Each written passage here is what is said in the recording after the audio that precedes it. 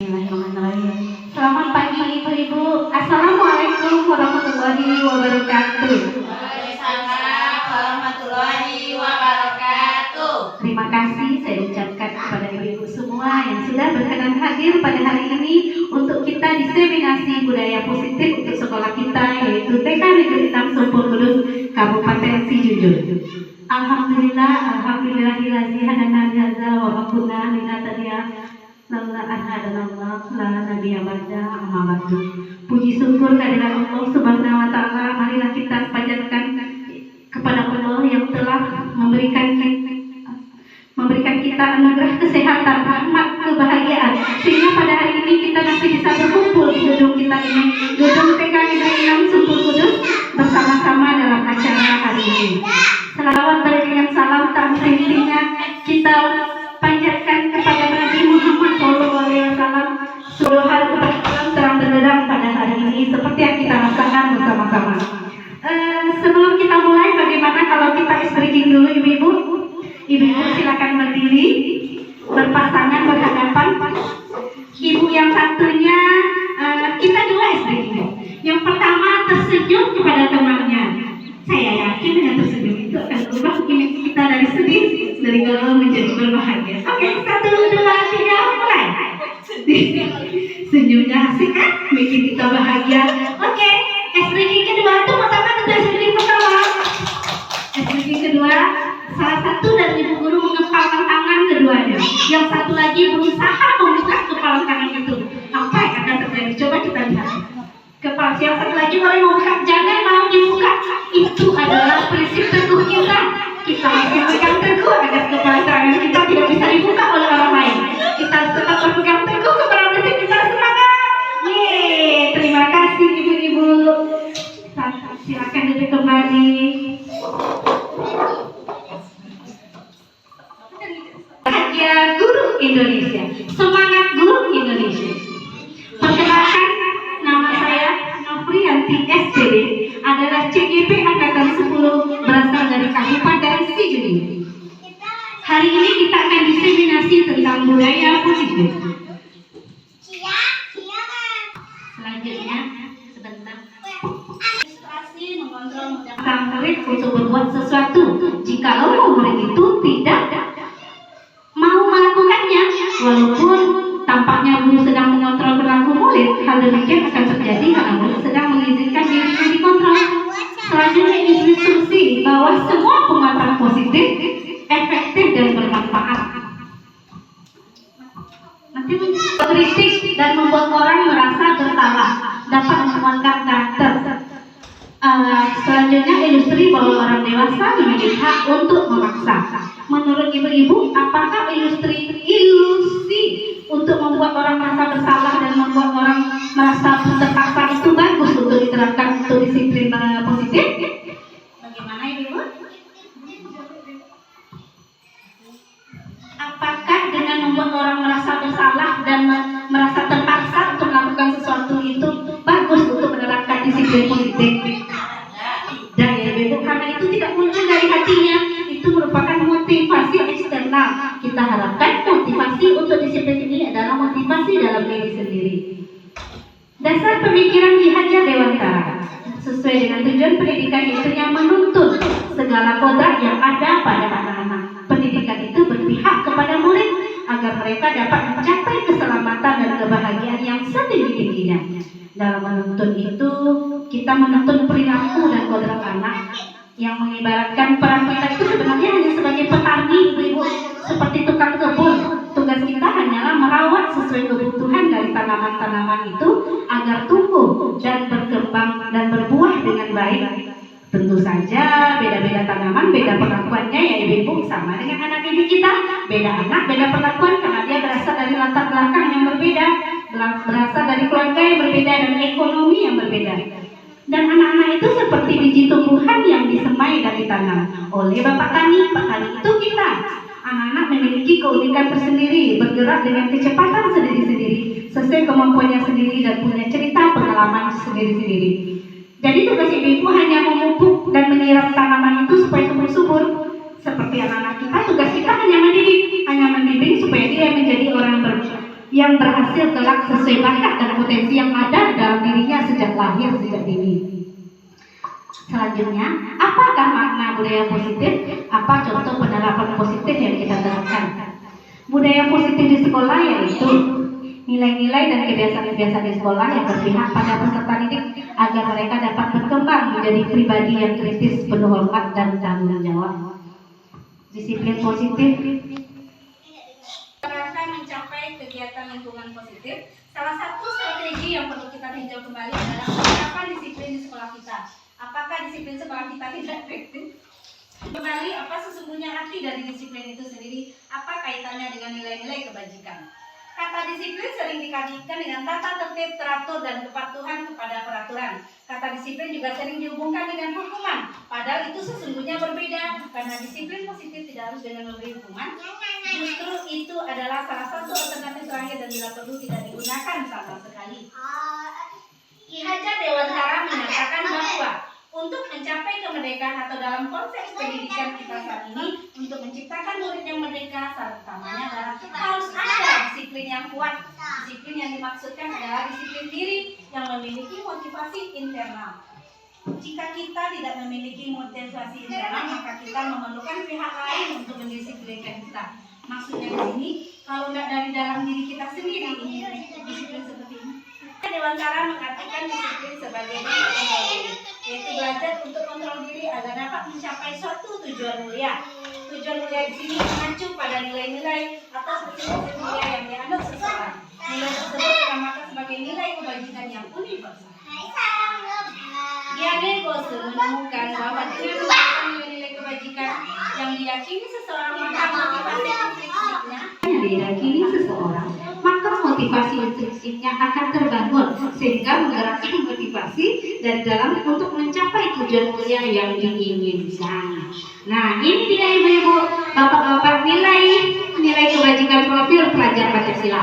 Beriman, bertakwa kepada Tuhan yang Maha Esa dan berakhlak mulia, mandiri, bernalar kritis, berkebinekaan global, bergotong royong dan kreatif. Ini merupakan dasar kita juga untuk mendidik anak-anak setiap hari untuk merancang kegiatan pembelajaran untuk mengembangkan kompetensi anak.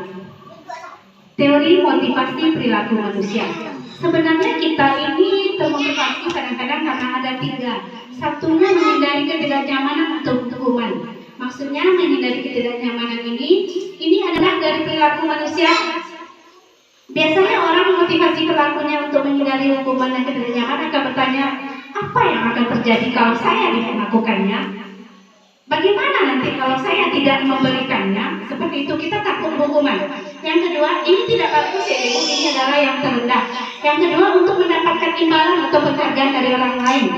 Satu tingkat di atas motivasi yang pertama. Di sini orang berperilaku untuk mendapatkan imbalan atau penghargaan dari orang lain. Orang ini motivasi ini akan bertanya, akankah saya mendapatkan imbalan kalau saya melakukannya? Yang ketiga, untuk menjadi orang yang mereka inginkan dan menghargai diri sendiri dengan nilai-nilai percaya untuk mendapatkan imbalan dan penghargaan dari orang lain. Satu tingkat di atas motivasi yang pertama. Di sini kadang-kadang kita berperilaku untuk mendapatkan imbalan dan penghargaan dari orang lain. Sebenarnya di pendidikan TK kita sering melakukan ini ya ibu, untuk memuji anak-anak, dan anak-anak kita bersemangat untuk melakukan yang terbaik, untuk selalu dipuji dan mendapatkan tepuk tangan dari teman-teman dan ibu gurunya. Yang ketiga, untuk menjadi orang yang mereka inginkan dan menghargai diri sendiri dengan nilai-nilai yang mereka percaya. Orang dengan motivasi ini akan bertanya, akan menjadi seperti apa apabila saya melakukannya? Mereka melakukan sesuatu nilai-nilai yang mereka yakini dan mereka hargai. Mereka melakukannya karena mereka ingin menjadi orang yang melakukannya. Berarti itu memang dari dirinya, karena dia memang ingin melakukannya sesuai dengan nilai-nilai yang mereka percaya. Hukuman, konsekuensi, dan restitusi. Dalam menjalankan peraturan ataupun keyakinan kelas sekolah, bila mana ada suatu pelanggaran, tentunya sesuatu harus terjadi. Tindakan terhadap suatu pelanggaran pada umumnya berbentuk hukuman atau konsekuensi. Namun dalam pelaksanaan kurikulum Merdeka akan diperkenalkan program disiplin positif yang dinamakan restitusi. Hukuman ini biasanya bersifat tidak terencana atau tiba-tiba. Misalnya ada anak yang datang terlambat, lalu ibu guru berpikir langsung menghukumnya. Misalnya berdiri di luar kelas, angkat kaki sebelah. Itu tidak bagus ibu-ibu, karena itu akan menimbulkan emosi negatif dalam diri anak-anak. Karena berupa hukuman itu, kadang murid menerimanya bukan melalui kesepakatan. Pengarah dari guru tidak ada, karena hukuman itu bisa berupa hukuman fisik. Coba saya tanya sama ibu sebentar. Jika ada seorang anak disuruh berlari mengelilingi lapangan bola kaki 3 kali karena terlambat, itu hukuman atau konsekuensi? Berlari mengelilingi lapangan bola 3 kali karena terlambat, itu hukuman atau konsekuensi? Ya, Bu Engep itu hukuman ya, karena itu menghukum fisik anak. Tapi kalau seorang anak terlambat ketika pelajaran PJOK disuruh mengelilingi lapangan 2 kali, itu hukuman atau konsekuensi? PJOK mata pelajarannya. Nah, konsekuensi. Sudah mulai paham ibu-ibu ya tentang hukuman dan konsekuensi. Ya ibu-ibu, sudah terencana, sudah disepakati sebelumnya, sudah dibahas dan disetujui oleh murid dan guru. Umumnya bentuk-bentuk konsekuensi dibuat oleh pihak guru sekolah, dan murid sudah mengetahui sebelumnya konsekuensi yang akan diterima bila ada pelanggaran. Ini dia perbedaan antara hukuman dan konsekuensi. Yang pertama, sesuatu yang menyakitkan harus terjadi. Kenapa menyakitkan? Karena kadang-kadang yang menerima hukuman itu tidak suka, ya, karena dia serasa dipojokkan begitu. Seharusnya yang konsekuensi adalah sesuatu yang harus terjadi karena sudah disepakati bersama apabila terjadi pelanggaran. Yang kedua, membuat anak sakit fisik maupun hati untuk jangka waktu lama. Kita bisa sakit hati kepada kita. Membuat anak merasa tidak nyaman dalam jangka waktu pendek kalau konsekuensi ya. Yang selanjutnya, anak membenci kedisiplinan. Kenapa dia benci? Karena dia kena hukum.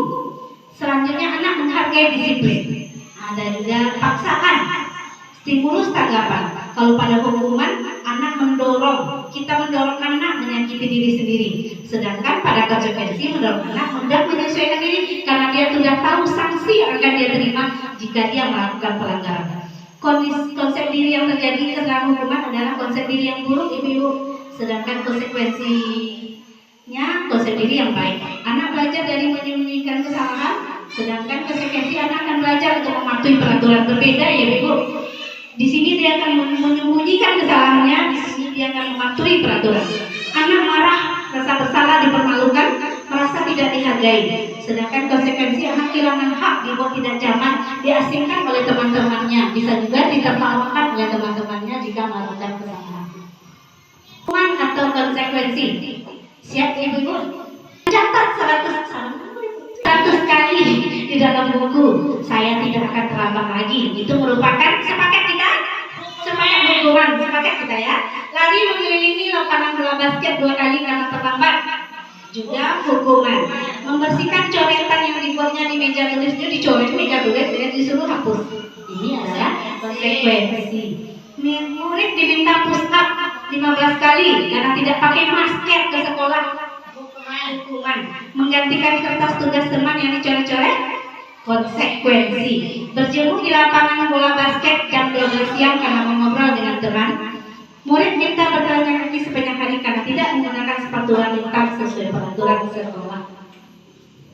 Ini lagi, berdiri di depan kelas sambil mengangkat 1 kaki karena tidak bisa menjawab pertanyaan. Itu terlalu keras ya, hukuman. Apalagi untuk anak TK. Membersihkan tumpahan air di meja tulis karena tersenggol saat belajar, itu adalah sanksi. Konsekuensi, kehilangan 10 menit jam istirahat mengerjakan tugas karena terlambat datang dan tertinggal pelajaran, itu juga sanksi atau konsekuensi. Terlambat hadir di pembelajaran daring 15 menit dan diminta untuk tinggal 15 menit sesudah kelas usai untuk membahas ketinggalan pembelajaran, konsekuensi. Lari mengelilingi lapangan basket 2 kali karena terlambat PJOK, konsekuensi. Kalau membersihkan WC karena membatalkan pensil temannya, kira-kira bagaimana? Hukuman. Lanjut kita ibu atau breaking dulu. lanjut adalah proses menciptakan kondisi bagi murid untuk memperbaiki kesalahan mereka sehingga mereka bisa kembali kepada kelompok mereka dengan karakter yang lebih kuat. Proses kolaboratif yang mengajarkan murid untuk mencari solusi untuk masalah mereka dan membantu mereka berpikir tentang orang seperti apa yang mereka inginkan, bagaimana mereka harus memperlakukan orang lain. Di sini kita akan mengajarkan anak-anak tentang kesadaran diri sendiri. Restitusi membantu murid menjadi lebih memiliki tujuan, disiplin positif, dan memulihkan dirinya setelah berbuat salah. Penekanannya bukanlah pada bagaimana perilaku untuk menyenangkan orang lain. Kita tidak harus menyenangkan orang lain atau menghindari ketidaknyamanan atau hukuman. Namun tujuan kita adalah menjadi orang yang menghargai nilai-nilai kebajikan yang mereka percayai. Kita senyum kepada orang lain bukan untuk mengambil hati orang lain, tapi kita percaya dengan senyum itu kita akan mendapatkan nilai ibadah dari Allah Subhanahu wa Ta'ala. Selanjutnya, melalui pendekatan restitusi, ketika murid berbuat salah, guru akan menanggapi dengan mengajak murid berefleksi tentang apa yang dapat mereka lakukan untuk memperbaiki kesalahan mereka sehingga mereka menjadi pribadi yang lebih baik dan menghargai dirinya. Pendekatan restitusi tidak hanya menguntungkan korban, tetapi juga menguntungkan orang yang berbuat salah. Kenapa menguntungkan? Karena itu akan merubah pribadi orang yang berbuat salah. Selanjutnya, mengapa keyakinan jelas? Mengapa tidak peraturan jelas? Menurut Ibu kenapa? Ada yang mengapa tidak peraturan? Kita sudah belajar tadi tentang hukuman, sanksi, konsekuensi, dan restitusi. Kenapa keyakinan jelas, Ibu? Kalau peraturan itu sepertinya apa? Mumpuk bagi kita bersama ya Ibu, seperti keterpaksaan. Kalau keyakinan jelas berarti kita meyakinkan bersama-sama, kita membuat kesepakatan bersama-sama sesuai dengan nilai-nilai kebajikan dan prinsip universal yang disepakati. Oke, lanjut. Ini dia pembentukan keyakinan kelas. Keyakinan kelas bersifat abstrak daripada peraturan yang lebih rinci dan konkret. Keyakinan kelas senantiasa dibuat dalam bentuk positif. Keyakinan kelas sebenarnya tidak terlalu banyak sehingga mudah diingat dan dipahami oleh semua warga kelas. Sesuatu yang dapat diharapkan dari lingkungan tersebut, semua warga kelas sebenarnya ikut berkontribusi dalam pembuatan keyakinan kelas lewat kegiatan curah pendapat, bersedia meninjau kembali keyakinan kelas dari waktu ke waktu. Keyakinan kelas kita setiap hari sebentar. Apa keyakinan kelas? Bu Meci ada pendapat? Keyakinan kelas setiap hari, misalnya datang ke sekolah, boleh pakai mic juga.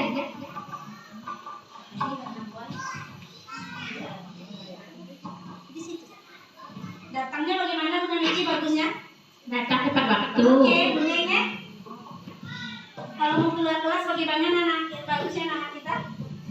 Mau keluar Minta izin sama gurunya. Bunda Miki lagi?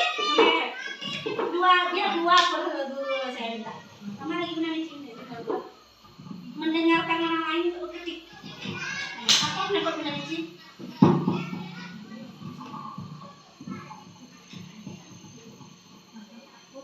Ya, Bu. Ya, Bu. Yang tadi caranya. Mengucapkan salam. Mengucapkan salam ya. Apa lagi? Mengucapkan terima kasih. Mengucapkan terima kasih. Apa lagi? Udah ya? Oke.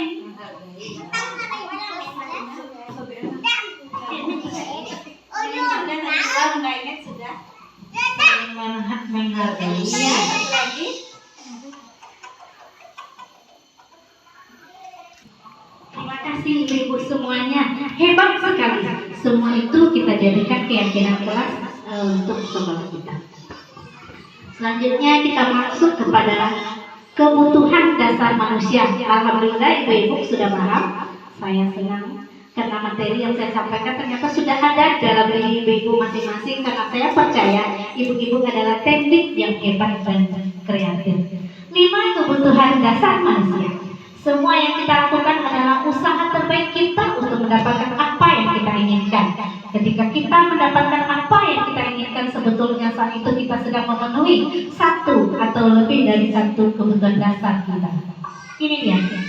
Kira-kira ibu ada yang mau berpendapat di sini? Apakah ibu-ibu perlu kasih sayang dan rasa diterima? Memerlukan kasih sayang kita dalam hidup? Ya, pasti ya. Terus kita perlu kebebasan? Ya. Perlu bertahan untuk hidup?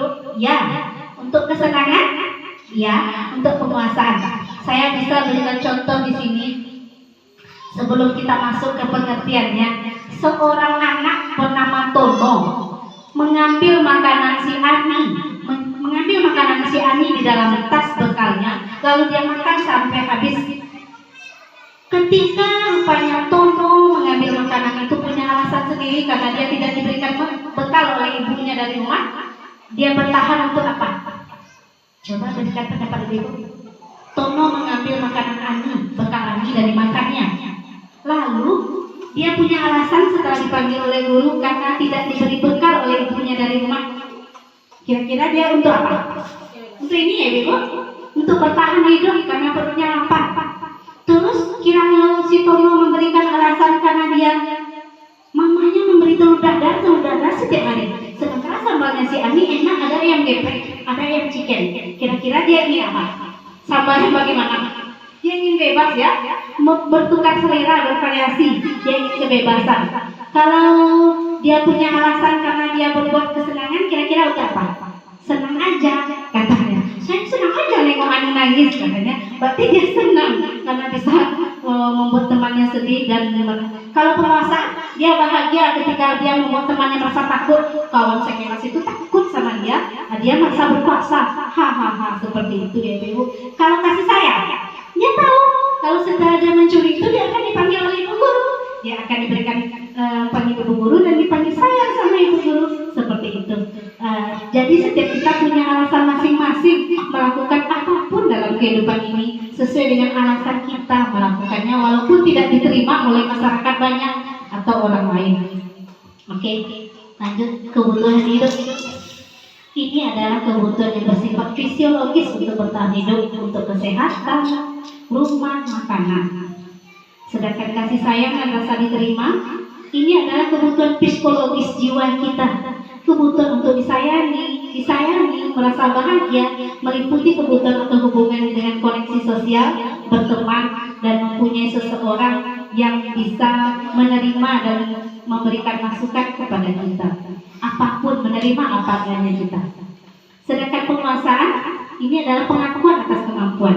Kebutuhan ini meliputi keinginan untuk merasa berharga, bisa membuat perbedaan, bisa membuat pencapaian, kompeten, diakui dan dihormati. Anak-anak memiliki kebutuhan dasar akan penguasaan yang tinggi, biasanya ingin selalu menjadi pemimpin. Kebebasan, kebutuhan akan pilihan. Anak-anak dengan kebutuhan kebebasan yang tinggi menginginkan pilihan mereka. Ingin bermain, ingin kesenangan dan tertawa bersama teman-teman, bersama rekan-rekan. Saat bermain, mereka mempelajari keterampilan hidup yang penting. Anak-anak dengan kebutuhan dasar kesenangan yang tinggi biasanya ingin menikmati apa yang mereka lakukan. Ada soal. Ibu Ambar, guru wali kelas di SD Pelita Hati, sedang bingung menghadapi ulah satu murid di kelasnya. Beberapa anak telah datang padanya dan mengeluhkan Doni yang sering memiliki bekal makanan seperti contoh yang kita berikan tadi ya Ibu. Sisi kontrol, saya minta Ibu berdiri dulu. Saya mohon berdiri berkenan. Kita akan tes breathing sebentar. Tes breathingnya. Ini 1, ini 2, ini 4. 1, 2, 4, 3. Nah, ini tambah. Ini sama dengan ini 6, ini 8. Boleh? Berjalan di 3. 1 ditambah 1 sama dengan 2. 2 ditambah 2 sama dengan 4. 4 ditambah 4 sama dengan 8. 8 ditambah 8 sama dengan 16.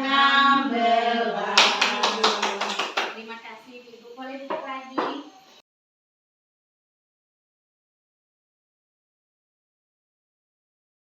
Posisi kontrol guru. Maaf, Semangat kalau Ibu-ibu. Iko motokan. Seorang penggugur bisa menggunakan hukuman fisik maupun verbal. Fisik itu sakit di fisiknya, verbal itu sakit di hatinya. Benar Ibu? Selanjutnya membuat merasa bersalah bersalah dan rendah diri. Ini juga tidak bagus untuk digunakan karena ini merusak mental dari seseorang, apalagi anak usia dini. Ya, selanjutnya kalau posisi teman, dia ada 5 ya. Kalau posisi teman ini pada guru bisa negatif ataupun positif. Positif di sini berupa hubungan baik yang terjalin antara guru dan murid. Guru di posisi teman menggunakan hubungan fisik dan humor untuk mempengaruhi seseorang. Sedangkan pemantau berarti mengawasi. Pada saat itu kita mengawasi, kita bertanggung jawab atas perilaku orang-orang yang kita amati. Posisi pemantau berdasarkan pada pengaturan, peraturan, dan konsekuensi. Nah, ini dia posisi yang terbaik di Ibu manajer. Kalau tadi ada penghukum, itu negatif akibatnya anak merasa rendah diri, merasa sakit hati. Kalau yang tadi membuat merasa bersalah, anak merasa rendah diri. Kalau pemantau itu juga tidak bagus. Yang paling bagus adalah manajer. Posisi di mana guru berbuat sesuatu bersama dengan murid, mempersilahkan murid mempertanggungjawabkan perilakunya, mendukung murid agar dapat menemukan solusi atas permasalahannya sendiri. Yang mana ketika posisi manajer itu kita menggunakan segitiga restitusi untuk menyelesaikan masalah. Kalau anak kita sedang bermasalah, pertama-tama kita panggil anak kita, lalu kita akan menstabilkan identitasnya terlebih dahulu. Contoh menstabilkan identitas, misalnya anak kita bersalah lalu kita panggil, tentu dia takut kan Ibu. Lalu kita bilang seperti ini untuk menstabilkannya dahulu. Tenang Ani, setiap orang pernah melakukan kesalahan. Ibu juga pernah melakukan kesalahan. Kamu bukan satu-satunya orang yang melakukan ini. Kan gara-gara itu lembut lagi hati anak kita ya Ibu. Dia merasa kita ada perhatian kepadanya. Lalu kita akan validasi tindakan yang salah. Apa itu validasi tindakan yang salah? Kita gini bicara ini sudah memvalidasi, contohnya ya. Kamu tentu punya alasan bukan mengapa kamu melakukan hal itu? Nah, dia akan mengemukakan alasannya kenapa dia melakukan hal itu. Nanti sebentar ada gangguan tadi, saya izin dulu ya Ibu. Apakah kamu punya alasan? Kamu tentu punya alasan kan melakukan hal itu begitu. Nanti anak kita akan mengemukakan alasannya dengan tenang, merasa nyaman kepada kita. Dia akan mengemukakan alasannya apapun itu. Kalau kita berhasil membuat anak kita merasa nyaman sama kita. Terus adakah cara yang lebih efektif untuk mendapatkan apa yang kamu butuhkan? Begitu. Nah, setelah itu baru kita menanyakan keyakinan kelas. Kira-kira keyakinan kelas apa ya yang sudah Ani langgar? Nanti dia akan bilang, ya Bu, saya terlambat datang sekolah. Seharusnya saya datang tepat waktu, tapi tadi saya bangunnya kesiangan, tidak ada yang membangunkan saya. Jadi bagaimana kalau kamu besok ingin bangun lebih pagi? Saya akan pasang alarm Bu. Kalau alarmnya tidak nyala bagaimana? Apakah ada orang lain yang bisa membantumu? Dia akan jawab, misalnya ibunya, ayahnya, kakaknya, atau abangnya. Dengan begitu kita akan bisa mencapai kesepakatan dengan baik. Nah, menstabilkan identitas ini bagian dasar dari segitiga yang bertujuan untuk mengubah identitas anak dari orang yang gagal karena melakukan kesalahan menjadi orang yang sukses. Anak yang melanggar peraturan karena sedang mencari perhatian adalah anak yang sedang mengalami kegagalan. Sisi kedua, validasi tindakan yang salah. Setiap tindakan kita dilakukan dengan suatu tujuan, yaitu memenuhi kebutuhan dasar. Kalau kita memahami kebutuhan dasar apa yang mendasari sebuah tindakan, kita akan bisa menemukan cara-cara paling efektif untuk memenuhi kebutuhan tersebut. Menurut teori kontrol, semua tindakan manusia, baik atau buruk, pasti memiliki maksud atau tujuan tertentu. Sisi ketiga, menanyakan keyakinan. Ketika identitas telah tercapai pada ke-1, kan kita sudah validasi juga kan. Ketika itu maka kita sudah merenggut sebenarnya hati anak, kita sudah mendapatkan hati anak, dia sudah nyaman kepada kita. Ketika itu kita bisa memasukkan nilai-nilai kebajikan dalam dirinya, sehingga kedepannya dia benar-benar termotivasi dari dirinya sendiri untuk berbuat disiplin positif tanpa merasa tersakiti hatinya, tersakiti fisiknya, dan merasa rendah diri. Demikian Ibu, sekarang kita buka sesi tanya jawab. Bagaimana? Siap untuk tanya jawab? Udah? Sudah digambar? Segitiga restitusi. segitiga restitusi ini adalah cara efektif untuk kita menyelesaikan masalah disiplin di sekolah kita ataupun lingkungan rumah kita kepada anak kandung kita. Segitiga restitusi ini ada 3 tahap. Yang pertama, menstabilkan identitas. Yang kedua, validasi tindakan yang salah. Yang ketiga, menanyakan keyakinan. Kita bacakan sebentar dulu sebelum kembali ke kata-katanya. Menstabilkan identitas.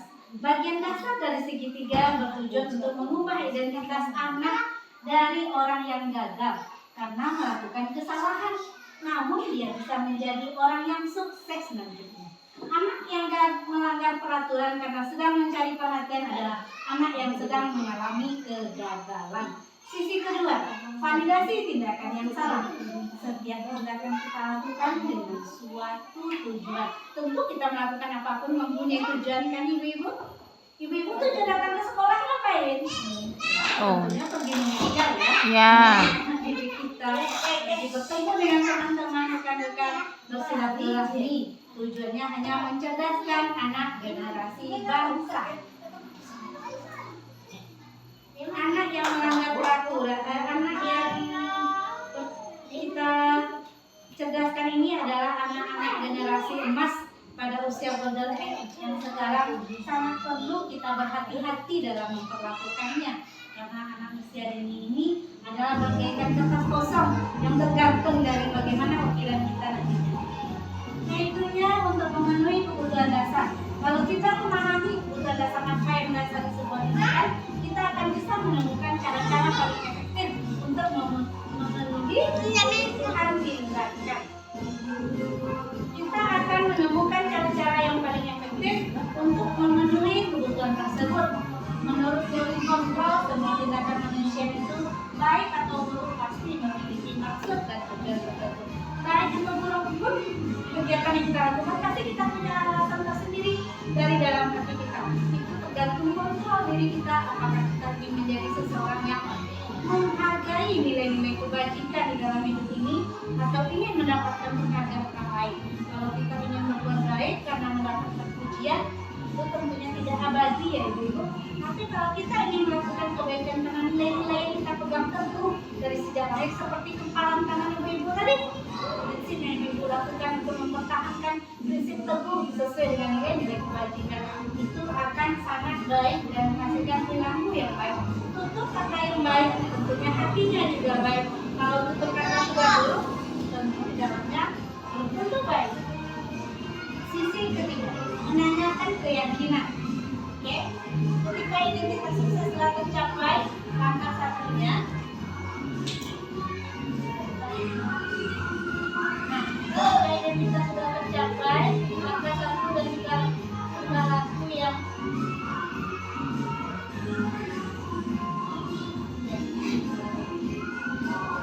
identitas telah tercapai, langkah satunya dan langkah duanya juga sudah divalidasi, bila kelakuan yang salah divalidasi, maka anak akan siap untuk dihubungkan dengan nilai-nilai yang dia percaya dan berpindah menjadi orang yang diinginkan.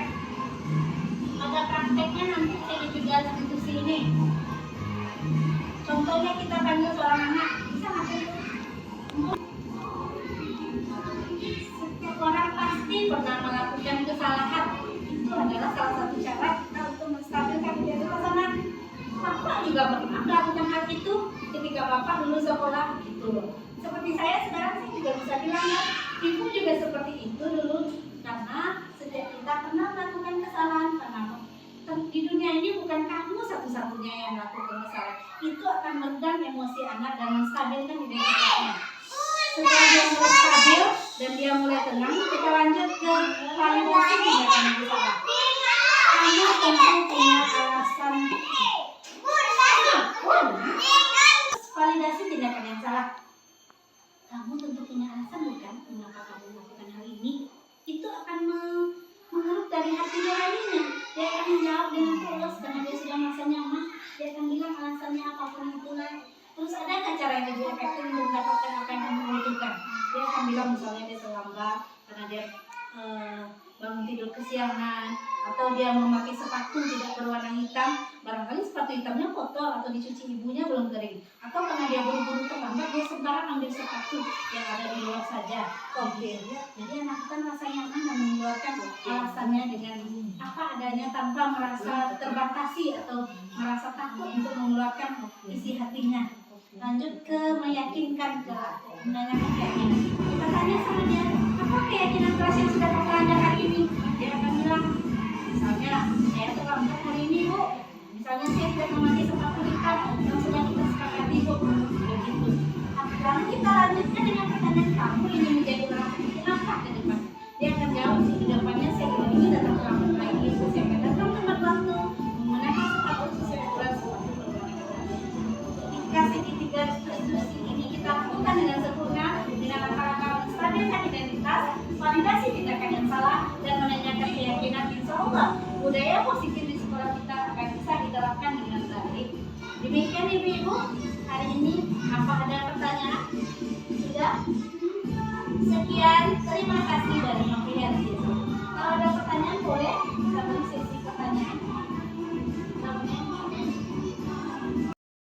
Itu ada rumah ya.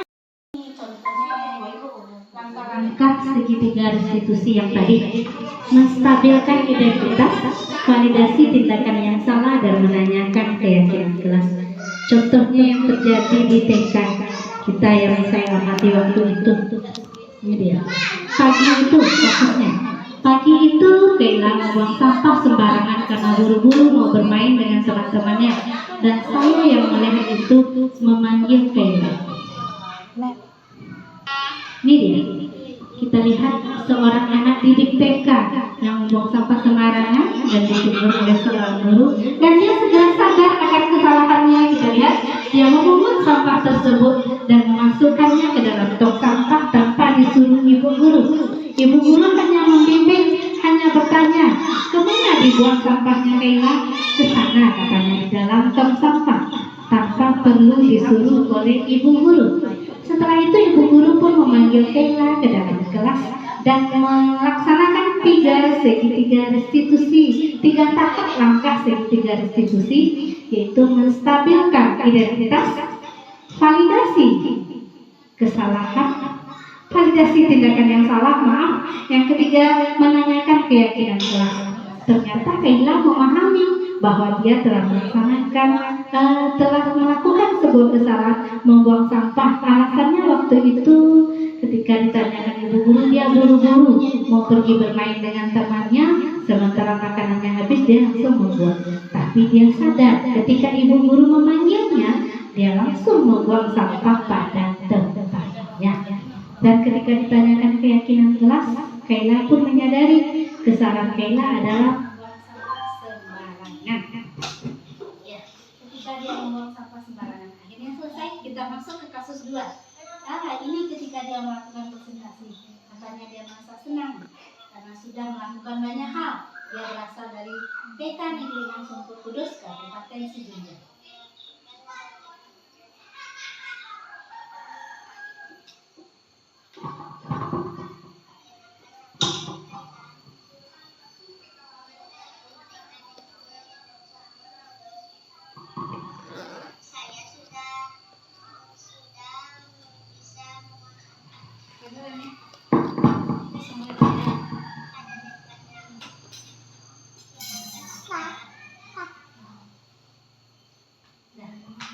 Kita lihat kasus berikutnya. Terlihat seorang anak berebutan. Nauren, dia ingin duluan, tak sabar antri dalam berwuduk. Kita lihat, dan bu guru pun memanggil Nauren, melakukan 3 langkah segitiga restitusi. Dan Nauren dengan senang terlihat ceria. Dia bercerita dengan ibu gurunya kalau dia tadi buru-buru ambil wuduk karena melihat air, dia nggak tahan melihat air, dan dia meminum air dari keran untuk kumur-kumur katanya. Dia buru-buru, dan kita lihat dia melakukannya karena dia ingin lebih dahulu sholat duha katanya. Dan setelah ditanyakan, Nauren pun menyadari keyakinan kelas yang dilanggar waktu itu adalah tidak tertib dalam barisan, tidak tertib dalam antrian. Dan Nauren kita lihat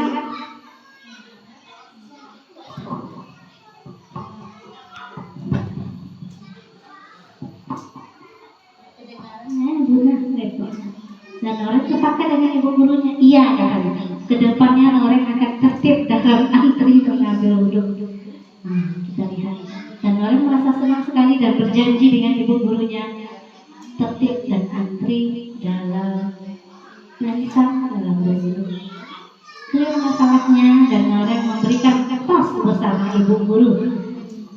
Kita lanjut refleksi dari Nauren.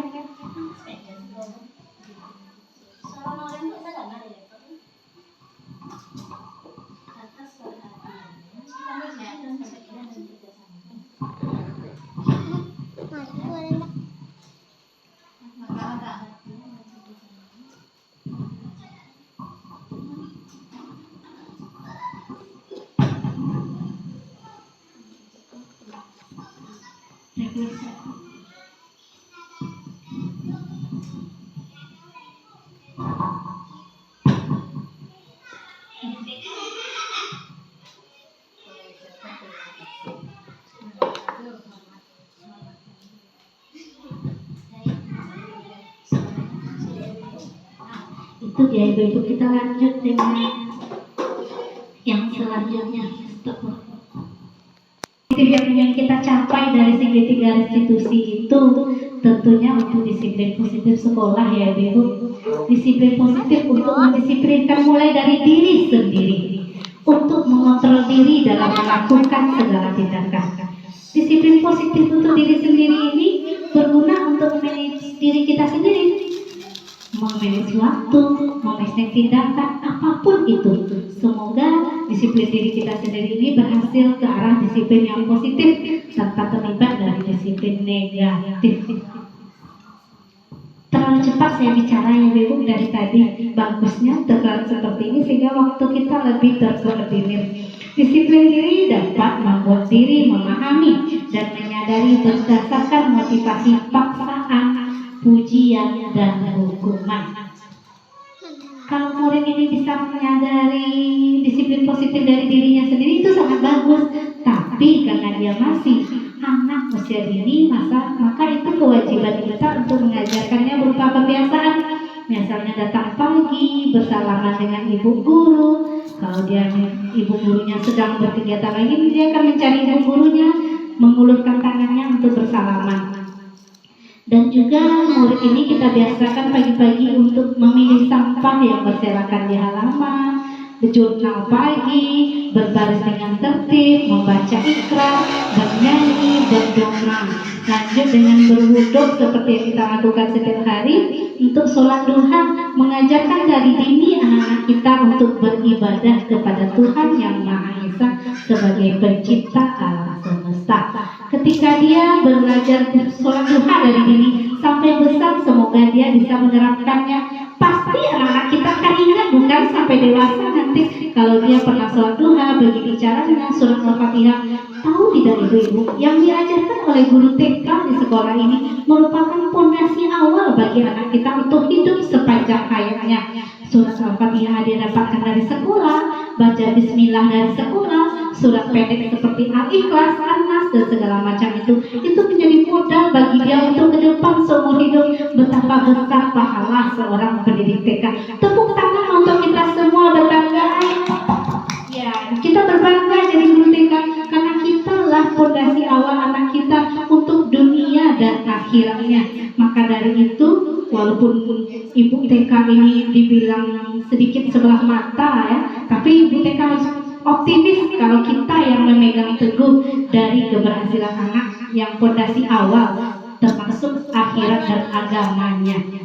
Oke, cara penerapan disiplin yang mengajarkan anak bertanggung jawab dan menumbuhkan kesadaran diri berdasarkan nilai-nilai kebajikan. Nah, cara penerapan disiplin ini bagi guru kita tentu lebih memakai hati nurani, membawa anak-anak dengan sadar diri sendiri tanpa memaksa. Ya, karena anak TK itu kalau sudah senang sama ibu gurunya, bukan anak TK saja, anak SD, anak SMP, anak SMA, kalau dia sudah menyenangi ibu gurunya, menyenangi sekolahnya, maka dia akan melakukan sesuatu itu dengan tulus ikhlas, tumbuh dari dirinya sendiri. Dia benar-benar ingin menjadi anak yang bertanggung jawab dan tumbuh kesadaran diri sesuai dengan nilai-nilai kebajikan yang ada. Nah, selanjutnya positif di sekolah, untuk menerapkan disiplin positif untuk semua warga sekolah, untuk guru, kepala sekolah, anak-anak didik, penjaga sekolah, dan juga termasuk orang tua wali murid sekolah. Selanjutnya,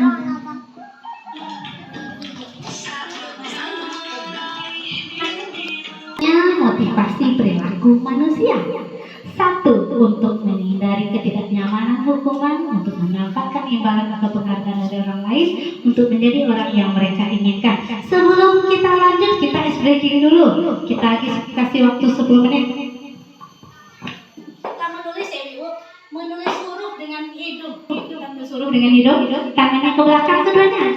Silahkan, ibu tangannya ke belakang, ayo. Ibu dongeng, ibu cerita, silahkan berdiri. Di situ saja di belakang, ayo tangannya ke belakang. Tulis angka 1. 1. Sama hidung ya. Sama hidung ya. 1, 2, 3, 4, 5.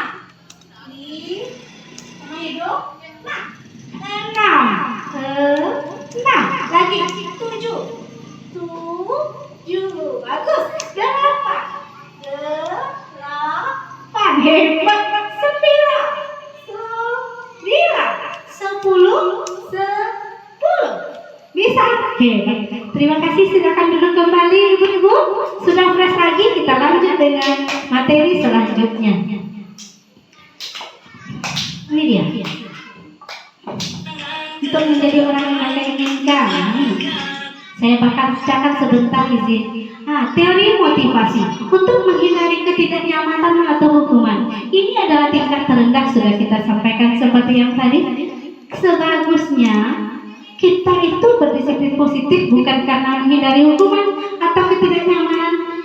Kalaupun mendapatkan penghargaan dari orang lain, itu juga tidak efektif. Ketika sudah mendapatkan penghargaan, nanti belum tentu dia bisa melakukan disiplin positif lagi, bukan? Iya.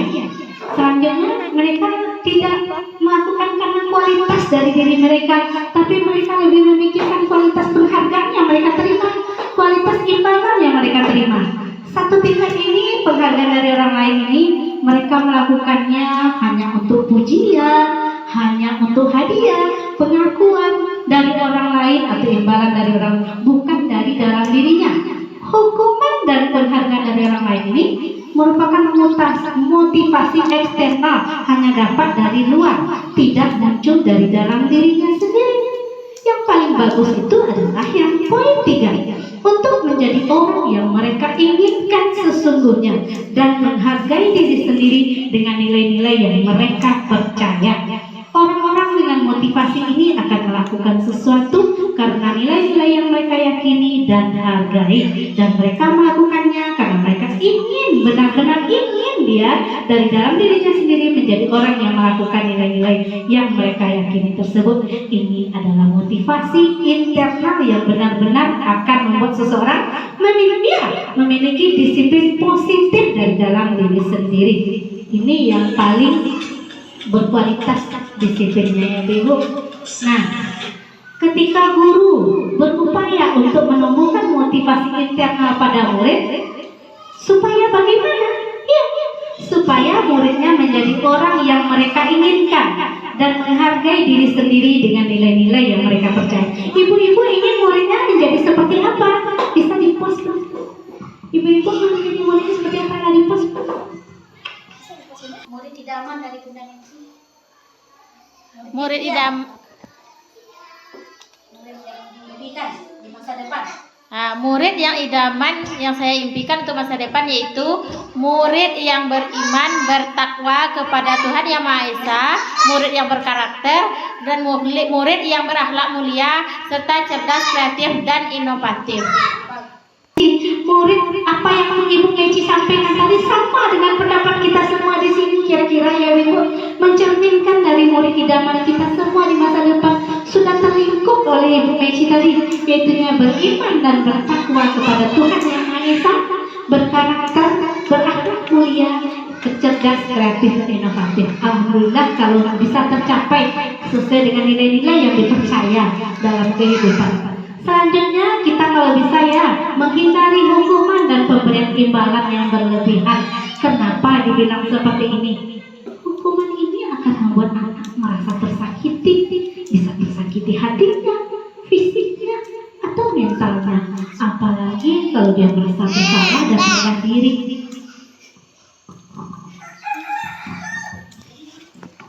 Dari pemberian hukuman. Karena hukuman itu bisa menyakiti fisik dan juga hati. Itu akan berkesan negatif selamanya. Jadi kita tidak akan berhasil menanamkan disiplin positif kalau menggunakan hukuman. Karena hukuman itu ada efek negatifnya kepada diri yang melakukan kesalahan. Dan juga bisa jadi dendam nantinya ya Ibu. Dan juga dengan pemberian imbalan ini bagus sebenarnya.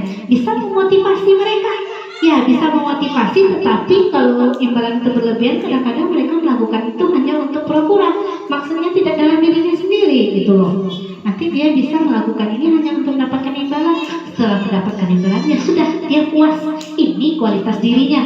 Yang dipikirkan kualitas dirinya itu hanyalah pendapatan imbalan, bukan perbuatan positif atau disiplin positif yang sebenar-benarnya dia lakukan yang muncul dari dalam dirinya. Jadi untuk meminimalisir dari motivasi eksternal dari dalam diri murid ini, kita hindari ya pemberian hukuman kepada anak didik kita dan imbalan yang berlebihan. Selanjutnya, ini dia posisi kontrol tadi. Posisi kontrol seorang guru ini kita sering ya Ibu. Ayo jujur Ibu, mana yang sering lakukan? Ya, penghukumnya itu sering sekali. Terus sebagai teman ada ya? Iya, kalau tim-tim TK itu sering menjadi teman bagi anak didiknya ya Ibu. Ya, dia menjadi teman bagi anak didiknya, menjadi pemantau.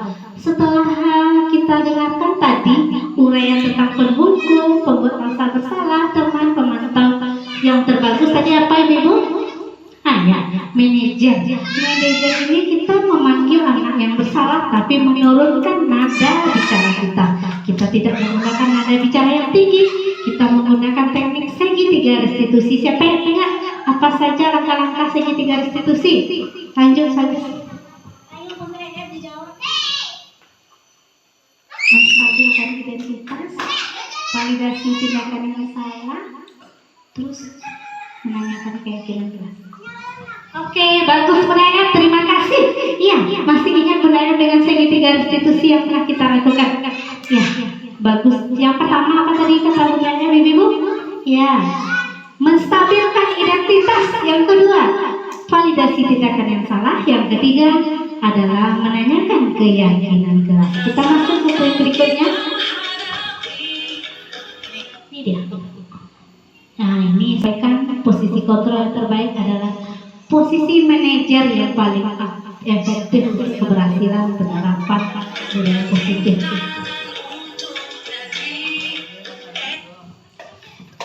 Keyakinan kelas, guru berperan mewujudkan terbentuknya keyakinan kelas dengan adanya kesepakatan antara guru dan murid. Jadi keyakinan kelas ini kesepakatan bersama ya, tidak bisa guru saja yang menentukan atau murid saja yang menentukan, disepakati bersama antara guru dan anak didiknya. Keyakinan sekolah kelas berupa pernyataan universal yang mudah diingat, dipahami dan harus diterapkan dalam lingkungan sekolah.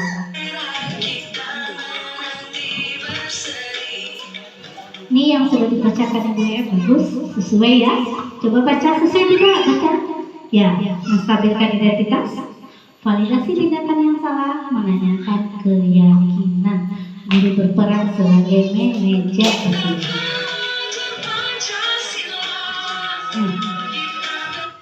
Kaitan antara budaya positif.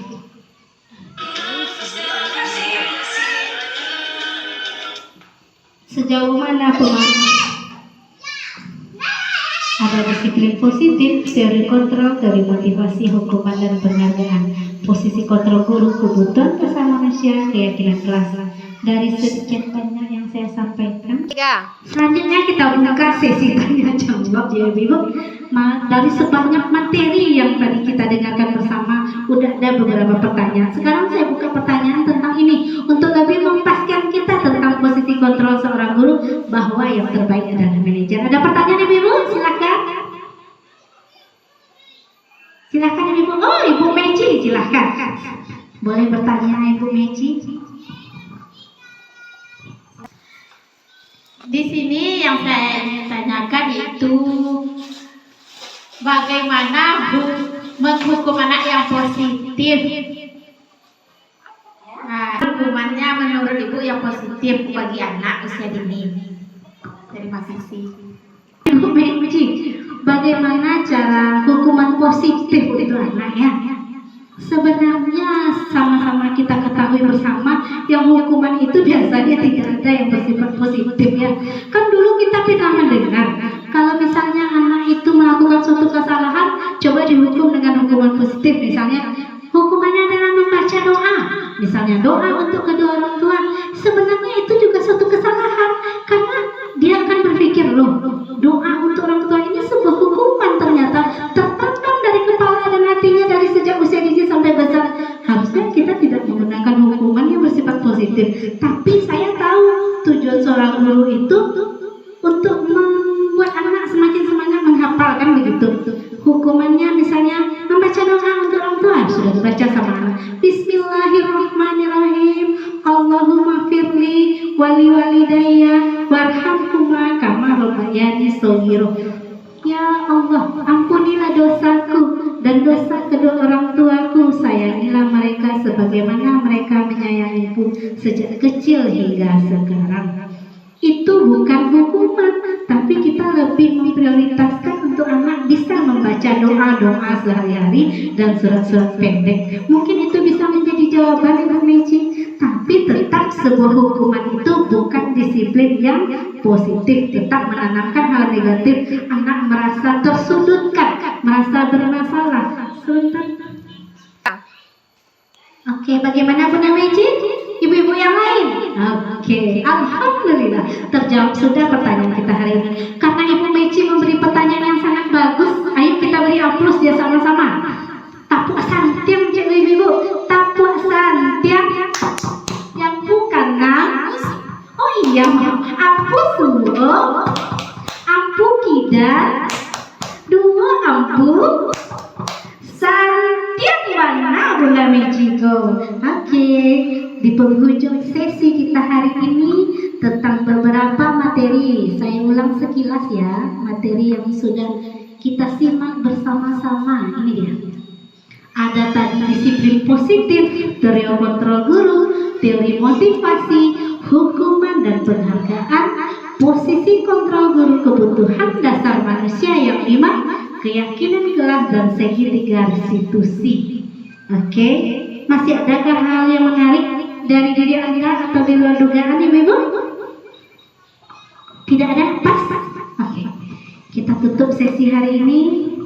Alhamdulillah, saya Nofriyanti SPD, CGP Angkatan 10 dari TK Negeri 6 Sumpur Kudus, Kabupaten Sijunjung, mengucapkan jikalau ada kesalahan selama presentasi tadi, saya mohon maaf yang sebesar-besarnya kepada seluruh peserta, baik yang saya sengaja ataupun tidak sengaja. Kalau semua kesalahan itu asalnya dari saya, kebenaran itu hanya dari Allah Subhanahu wa Ta'ala. Terima kasih atas perhatian, terima kasih banyak untuk kehadiran. Wabillahi taufik wal hidayah. Assalamualaikum warahmatullahi wabarakatuh. Waalaikumsalam warahmatullahi wabarakatuh.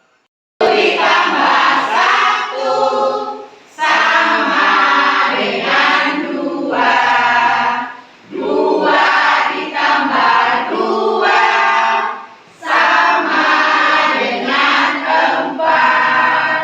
4 ditambah 4 sama dengan 8. 8 ditambah 8 sama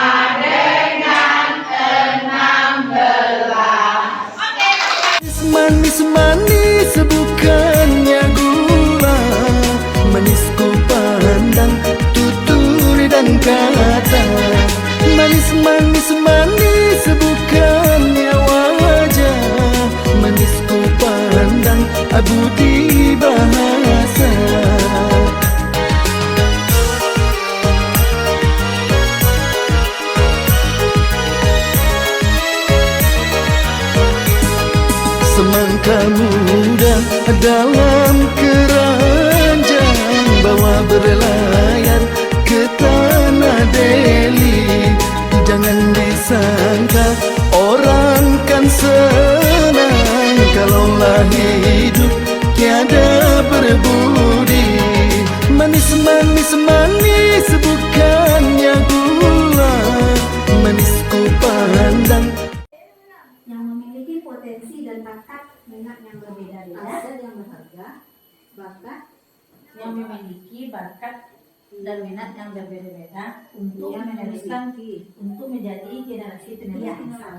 memiliki bakat dan minat yang berbeda-beda Untuk menjadi generasi penerus bangsa. untuk Menjadi generasi penerus bangsa. Di sekolah kita mengutamakan peserta didik yang kreatif dan inovatif, keselamatan anak didik atau peserta didik. Di sekolah pembelajaran yang berpihak pada murid, anak didik yang menumbuhkan kecerdasan kreatif dan inovatif. Di sekolah kita mengutamakan pembelajaran berpihak kepada murid, ada keselamatan tadi, keselamatan anak didik atau peserta didik. Kita menyentuh menjadi pendidik yang kreatif. Terakhir, ya diskusi lagi. Itu kesimpulannya. apa kesimpulannya dulu? Bagaimana kesimpulan kita dulu? Peserta didik yang kreatif dan inovatif. Keselamatan anak didik. Mengutamakan keselamatan anak didik. Mengutamakan berpihak pada murid dan cara pada murid dan cara bunyi. Mengutamakan keselamatan Iya ya langsung. berpihak pada murid. Kita sadar betul bahwa Di sekolah adalah wadah untuk bisa bersosialisasi dengan orang lain. Di sekolah tempat bermain bersama teman dan untuk menuntut ilmu. Murid di sekolah. Mereka berada sekolah untuk mendapatkan pendidikan dan pengajaran yang layak dan mendapatkan ilmu. Sekolah merupakan tempat untuk menuntut ilmu dan juga tempat pendidikan yang dapat merubah akhlak, perilaku, dan kepribadian. Murid di sekolah harus sadar betul bahwa sejak bersosialisasi dan mendapatkan ilmu pertama, nomor 2 setelah dari keluarga. Ada situ tidak ada jawaban. Ada nomor aku. itu pertanyaannya yang Pada sekolah ini yakin untuk menciptakan anak yang cerdas, menciptakan anak-anak merupakan menciptakan anak-anak yang sehat, cerdas dan ceria, mengajarkan ilmu kepada anak untuk menghasilkan generasi emas dan penerus bangsa, dapat menuntut dan membimbing murid agar dapat mencapai keselamatan. Dan warga di sekolah ini paham bahwa anak didik belajar tidak harus berpusat pada guru tapi berpusat pada anak. Rumah kedua bagi anak untuk mengembangkan karakter anak. Masing-masing yang lulusan dokter itu biasanya dengan pendidikan yang berpusat kepada murid dan itu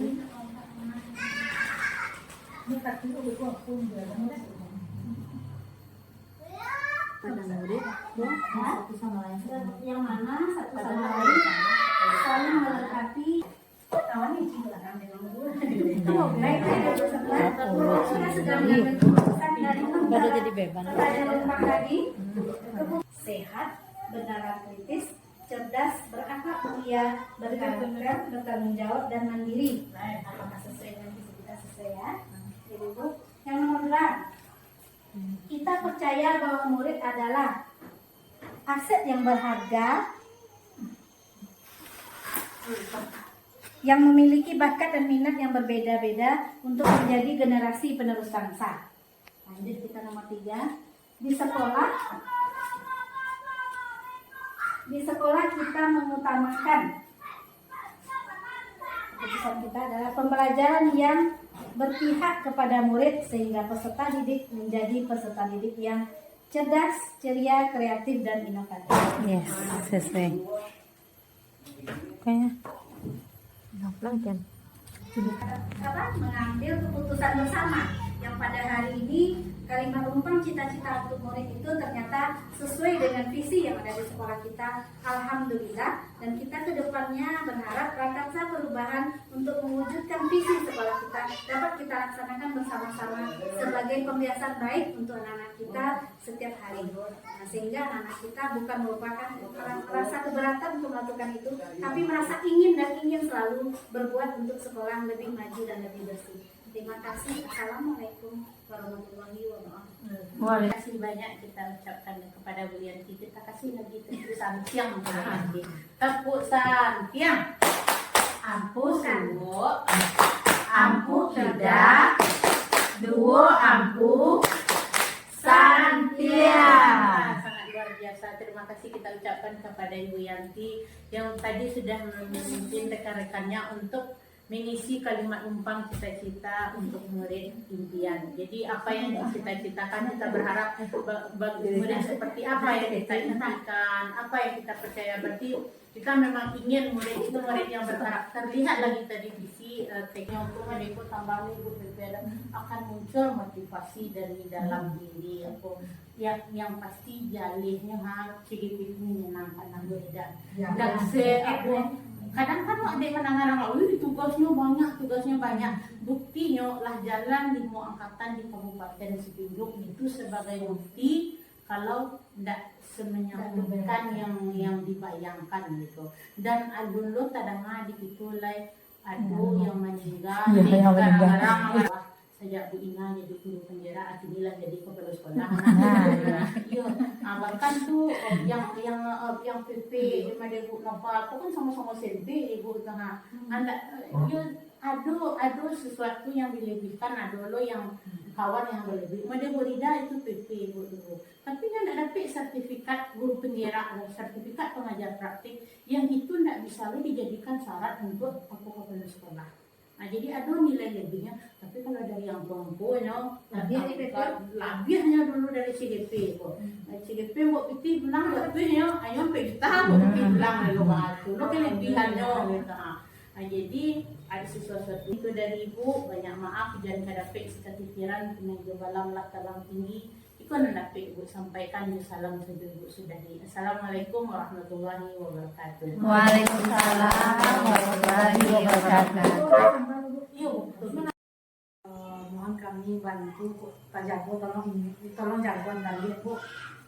Sekalinya memang banyak hal yang harus kami benahi di sekolah ini, baik secara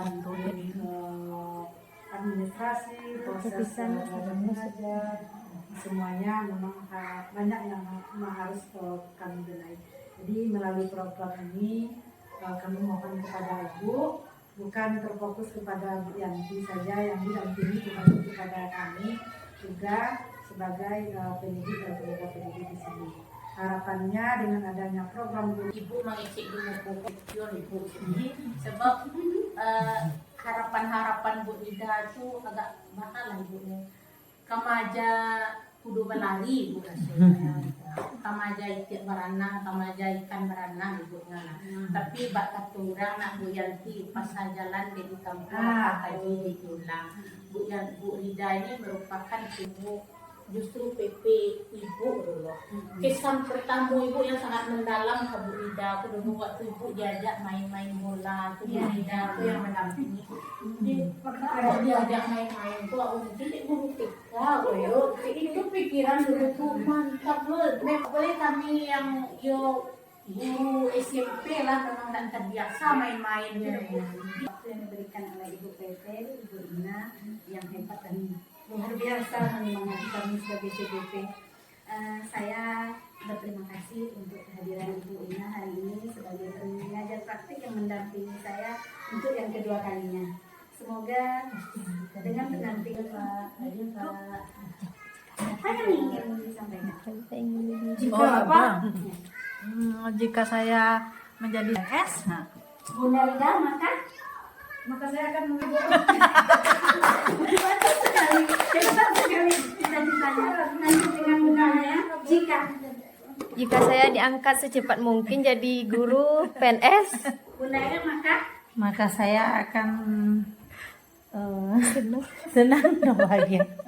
terima kasih. Ternyata semoga. IPP cita-cita dari guru-guru di Tanjung Labuan semoga tersampaikan nanti tadi panasonya supaya diangkat semuanya yang masih honor ada sekitar berdua lagi, Ibu Netrianti dan Ibu Maya. Nah, kita lanjutkan dengan presentasi kita untuk menghemat waktu. Dan jadi puisi yang dibuat dulu. Puisi. Iya, betul presentasi. Ibu ini menang lalu yang puisi. CGP. Puisi Indonesia. Jika aku melihat Indonesia di model 1.3, yang Ibu kirim kan aku nama. Indonesia, karya Soekarno. Jikalau aku berdiri di pantai Nyelinda, aku mendengar lautan Hindia bergelora. Membanting di pantai Nguyen itu, aku mendengar lagu Sajak Indonesia. Jikalau aku melihat sawah-sawah yang menguning hijau, aku tidak melihat lagi batang-batang padi yang menguning menghijau. Aku melihat Indonesia. Jikalau aku melihat gunung-gunung, Gunung Merapi, Gunung Semeru, Gunung Merbabu, Gunung Tangkuban Perahu, Gunung Kelebet, dan gunung-gunung yang lain, aku melihat Indonesia. Jikalau aku mendengarkan lagu-lagu yang merdu dari Batak, bukan lagi lagu Batak yang kudengarkan, aku tetap mendengarkan Indonesia. Jikalau aku mendengarkan Pangkur Palaran, bukan lagi Pangkur Palaran yang kudengarkan, aku mendengar Indonesia. Jikalau aku mendengarkan burung perkutut menyanyi di pohon, ditiup angin yang sepoi-sepoi, bukan lagi aku mendengarkan burung perkutut, aku mendengarkan Indonesia. Jikalau aku menghirup udara ini, aku tidak lagi menghirup udara, aku menghirup Indonesia. Jikalau aku melihat wajah anak-anak di desa-desa dengan mata yang bersinar-sinar, Pak Merdeka, Pak Merdeka, Pak Merdeka, aku bukan lagi melihat mata manusia, aku melihat Indonesia. Dari Bung Karno dan Pemuda, halaman 68-107, Mek Tirtayasa. Terima kasih. Assalamualaikum warahmatullahi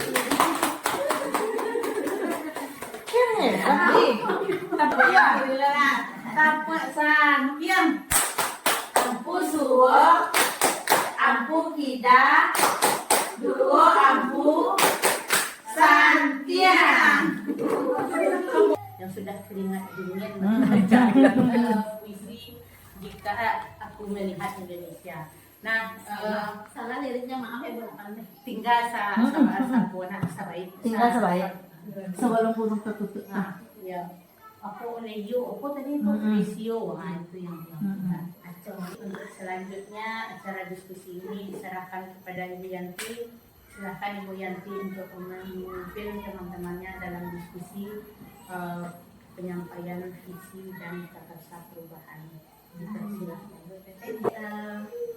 Penampilan.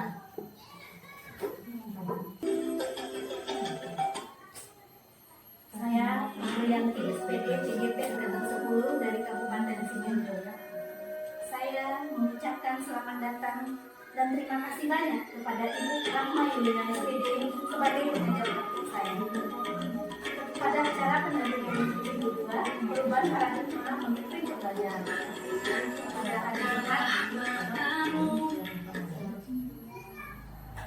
hari Jumat ini tentang refleksi diri, lingkungan belajar sekolah, refleksi perubahan diri setelah mempelajari modul 11, 12, 13, rencana merintis menumbuhkan komunitas komunitas praktisi di sekolah yang sudah disampaikan Ibu PP tadi, dan mengkomunikasikan visi misi prakarsa perubahan.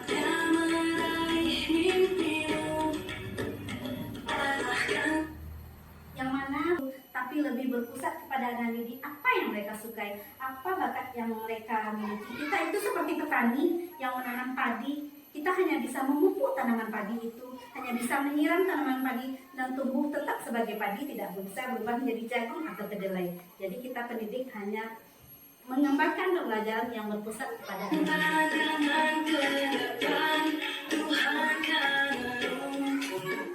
Selanjutnya modul 1-2 tentang nilai guru penggerak. Guru penggerak ini harus mandiri belajar sendiri, mencari ilmu sendiri untuk mengembangkan kompetensinya, untuk memajukan pembelajaran, proses dan hasil pembelajaran agar semakin meningkat kualitasnya. Reflektif, guru penggerak juga kita sebagai guru bukan hanya guru penggerak. Sebagai pendidik harus bereflektif dari pengalaman yang telah terjadi, apa kekurangan dan kelebihan untuk Atau si ibu yang kita masuk ke layar Facebook Indonesia. Enggak videonya. Ikut videonya nih.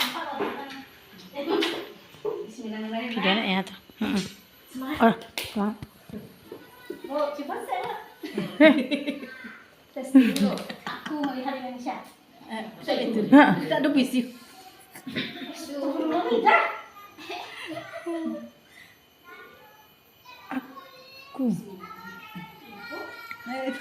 Aku melihat Indonesia.